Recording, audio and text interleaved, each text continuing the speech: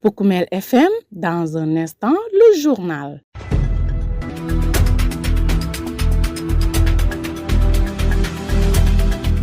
Merci de votre constante fidélité sur Poukoumel FM, la 106.0. C'est l'heure des infos sur la radio au service de toutes les communautés. À la une de cette principale édition d'information, relance des opérations de déminage humanitaire en Casamance. Le chef de village de Sengherdiola se félicite de la mesure et plaide pour un élargissement des interventions dans le département de Goudomp. Processus de consolidation vers une paix définitive en Casamance. La COSPAC poursuit son maillage régional avec l'installation de son comité à Kolda pour renforcer la mobilisation citoyenne en vue de la flamme de la paix 2026. L'actualité, c'est aussi la Coupe du Monde 2026. L'Angleterre confirme sa puissance face à la Croatie. La RDC crée la sensation en tenant le Portugal en échec, tandis que le Ghana et l'Australie s'imposent lors d'une deuxième journée riche en spectacles et en rebondissements. Voilà pour le sommaire. Le journal avec Younous Baro. En compagnie de Sidou Keita de l'autre côté de la baie vitrée, la reprise des opérations de déminage humanitaire dans le département de Ziguinchor, plus précisément dans l'arrondissement de Niaguis, est perçue comme une bouffée d'oxygène pour les populations déplacées de retour dans la commune de Kaour. Selon le chef du village de Sengherdiola, cette initiative intervient à point nommé. Elle permettra aux habitants de regagner leurs champs situés en profondeur et de reprendre les activités agricoles indispensables à leur subsistance.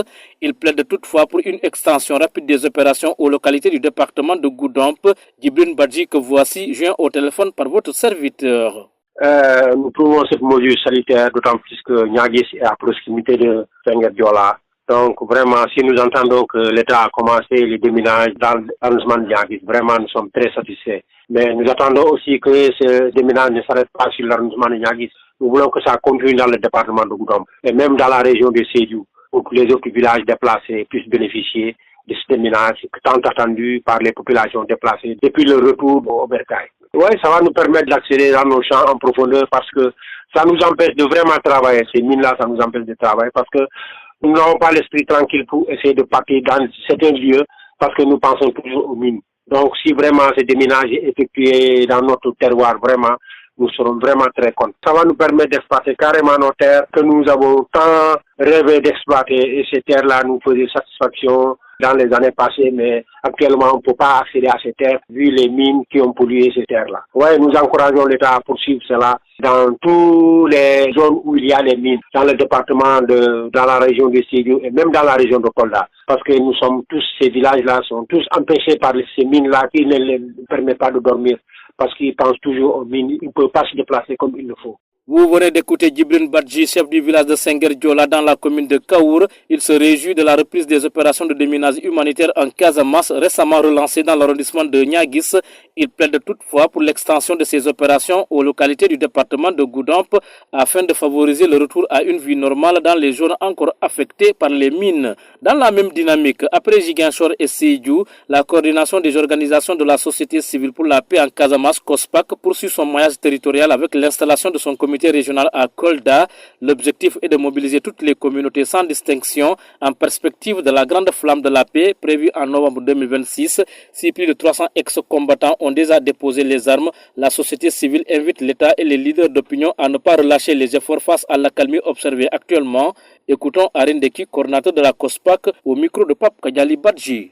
Pour nous, c'est de confier cette mission de mobilisation de l'ensemble des acteurs, sans distinction de race, d'ethnie ni de religion. Tous les acteurs doivent être impliqués, mais aussi que nous puissions réussir le pari de contribution. Parce que nous venons à Kolda, c'est pour avoir qu'est-ce que Kolda en tant que population pense de ce conflit en Casamance. On a déjà écouté la population de Ziguinchor, nous avons écouté Bignona, mais nous allons écouter en novembre prochain les populations de Sédhiou et les populations de Kolda sur les enjeux et les perspectives sortir du conflit en Casamance. Parce que pour nous, 42 ans, ça suffit. Et c'est pour cela qu'il faut que tous les acteurs se mobilisent. Et c'est le lieu pour nous, pour moi, et au nom de la COSPA, de vous remercier pour les infatigables combattants de la presse. Vous avez su accompagner ce processus au moment où c'est difficile, mais vous devez continuer pour que novembre soit aussi une journée phare pour le Sénégal. Les leaders religieux, je parlerai des différents imams, et à travers eux l'imam Ratib, mais aussi l'évêque du diocèse de Kolda, de Sédhiou, pour qu'il puisse mobiliser l'ensemble de ses fidèles des deux régions, de Sédhiou et de Kolda, mais également que tous les autres, la religion traditionnelle, puissent se mobiliser pour que la journée de novembre soit une journée réelle et qu'il soit une journée de déclic. Nous voulons que la paix revienne définitivement en Casamance. 42 ans, ça suffit. Déjà, en termes de bilan, permettez-moi de dire merci aux deux acteurs clés, les responsables du MFDC, mais aussi à l'État. Pourquoi les remercier? Parce que tout simplement, les deux parties ont compris que la population a souffert et ils ont décidé d'aller aux négociations. Les responsables du MFDC disent qu'ils veulent aller aux négociations. Ils sont prêts à aller aux négociations. L'État dit qu'il est prêt à aller aux négociations. Nous les encourageons à parachever leur volonté. Maintenant, les bilans qui ont été faits, si on parle aujourd'hui de Diakaï comme cas d'école, il faut se dire que ce processus a été un processus endogène et d'ailleurs qui a surpris beaucoup d'analyses ou bien etc. Je dire que de choisir un médiateur qui est local, en ma personne, de choisir la société civile pour accompagner le processus et le 20 juin 2021 et le 13 mai 2023, un accord de paix a été signé. Et signé où? A été signé à côté de la base des combattants de Diakaï, à Mongon, pratiquement dans la commune de Djignaki, avec plus de 2000 personnes qui ont regagné cette zone pour aller assister à ce moment important de dépôt des armes et la signature des accords. Donc pour moi, le bilan, les combattants qui sont sortis sont au nombre de 255. Et ça dépasse aujourd'hui parce que nous avons 70 qui sont sortis après, qui sont à la liste d'attente pour que l'État puisse les enrôler. Donc ça veut dire que nous sommes au-delà de 250 combattants. Donc pour nous, c'est un résultat important. Et comme bilan, mais la zone qui est libérée aujourd'hui, toutes les activités ont repris. Les gens circulent de minuit, de 4h du matin, de 3h du matin. C'est le lieu pour nous de remercier les forces de défense, de remercier l'État. Et je pense que l'État a compris qu'il faut tendre l'oreille au MFDC. L'État a compris qu'il faut écouter, qu'il faut parler avec eux, qu'ils ne sont pas des bandits. Ce sont des personnes qui, à un moment donné, ont cru à quelque chose, mais qu'il fallait qu'on puisse mettre à côté le dialogue. Et c'est le lieu que moi de remercier l'État à travers cela. Et je les encourage d'aller encore davantage de quoi au MFDC, de discuter avec eux. On peut arriver au dialogue. On peut arriver à la signature d'accord avec les autres fronts. Pourquoi ça traîne? Parce que bien sûr, vous avez dit 82. Les gens ont eu, le MFDC certainement a vécu beaucoup d'expérience. C'est pourquoi ils traînent le pas pour aller aux négociations. L'État aussi a vécu beaucoup d'expérience en termes de trahison et peut traîner le pas. Mais nous disons, on les rassure aujourd'hui. L'exemple de Diakaï est là. On a essayé, ça a réussi. Donc c'est possible avec le Front Nord ou bien les coalitions du Nord. C'est possible avec les fronts ou groupes du Sud. C'est très bien possible. Pour qu'on signe les accords, qu'on dépose les armes, l'insertion prend sa place.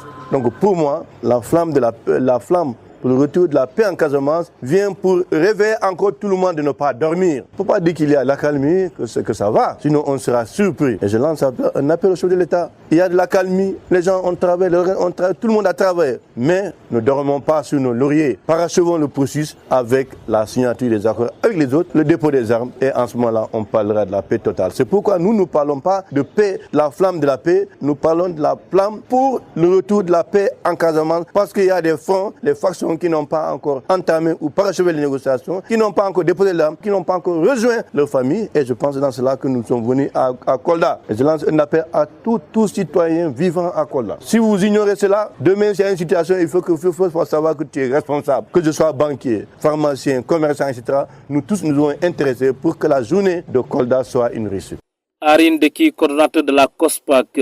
La suite du journal, c'est après ceci. Vous écoutez les informations sur Poukoumel FM, la 106.0.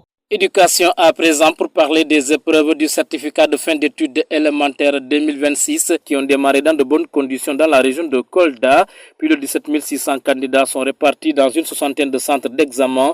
À l'issue d'une tournée de supervision, les autorités éducatives se félicitent d'un taux de présence supérieur à 90%.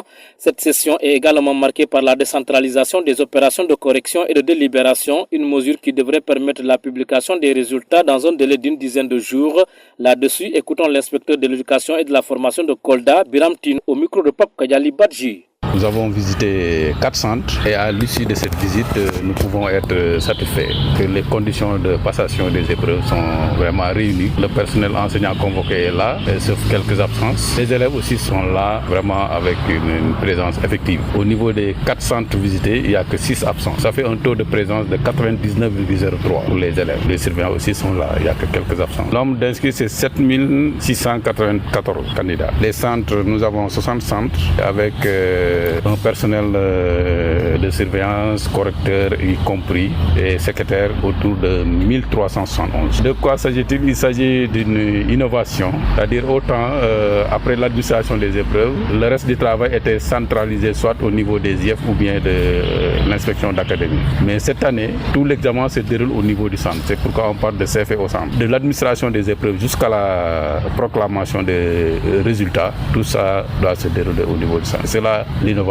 Au maximum dans 10 jours. L'examen doit se dérouler au maximum sur 10 jours. Et on a vu avec le CFE blanc qu'en 7 jours, même les centres pouvaient délibérer. Les échos qui nous parviennent nous montrent également que en fait, l'examen se déroule normalement au niveau de tous les centres. On ne nous a pas encore signalé d'incident. Le préfet de Kolda qui a conduit la traditionnelle tournée de supervision dans plusieurs centres d'examen de la commune en compagnie d'une importante délégation a dressé un bilan globalement positif du démarrage des épreuves, saluant notamment le respect des dispositifs logistiques et sécuritaires mis en place en amont. Mbassa Sen, c'est son nom, nous l'écoutons. Comme à l'accoutumée, nous sommes aujourd'hui donc en tournée pour visiter quelques centres à l'occasion des examens du CFE 2026.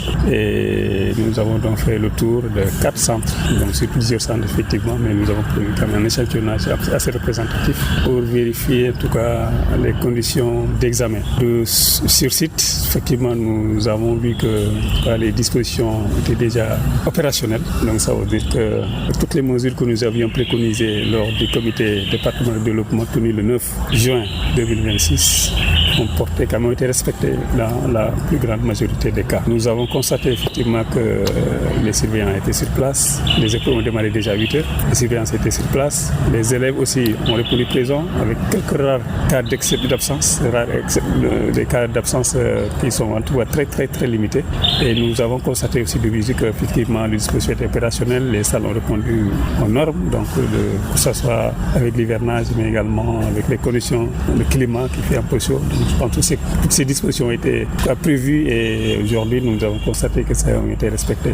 Donc dans l'ensemble, nous pouvons dire qu'on a démarré bien, la communauté a réagi aussi, le personnel est présent, les élèves aussi, et l'administration est là, donc nous étions là pour constater de visu et nous pouvons espérer que ça va continuer ainsi et que nous obtiendrons les résultats qui refléteront effectivement le niveau des élèves mais également les efforts consentis par les professeurs, les enseignants pour en arriver à là. Donc c'est le moment de féliciter l'administration, notamment l'inspection de la formation, c'est son équipe, mais également les parents d'élèves, les enseignants et surtout aussi tous les acteurs qui gravitent autour de l'école.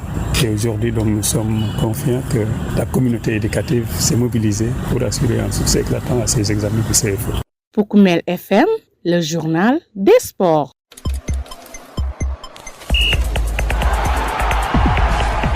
En sport, la deuxième journée des groupes du Mondial 2026 a offert son lot de spectacles et de surprises. Dans le groupe L, l'Angleterre a dominé la Croatie sur le score de 4-2. La RDC surprend le Portugal. C'est sans doute la sensation du jour en obtenant un précieux match nul d'un but partout. Dans l'autre rencontre du groupe L, le Ghana a remporté une courte mais précieuse victoire contre le Panama par la marque d'1-0. Dans le groupe J, l'Australie a pris le dessus sur la Jordanie. Score final 3-1. Voilà, amis auditeurs, cette édition est à présent terminée. Je vous rappelle ces grandes lignes.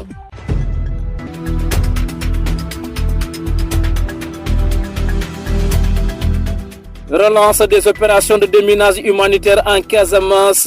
Le chef de village de Sengherdiola se félicite de la mesure et plaide pour un élargissement des interventions dans le département de Goudomp. Vous avez entendu Djibril Badji. Processus de consolidation vers une paix définitive en Casamance. La COSPAC poursuit son maillage régional avec l'installation de son comité à Kolda pour renforcer la mobilisation citoyenne en vue de la flamme de la paix 2026. L'actualité, c'est aussi la Coupe du Monde 2026. L'Angleterre confirme sa puissance face à la Croatie. La RD crée la sensation en tenant le Portugal en échec, tandis que le Ghana et l'Australie s'imposent lors d'une deuxième journée riche en spectacles et en rebondissements. Journal mis en onde par Sidou Keita que nous remercions infiniment et présenté par Younous Baro. Grand merci également à tous de l'avoir suivi. On se retrouve dans quelques instants pour la version mandingue. Merci.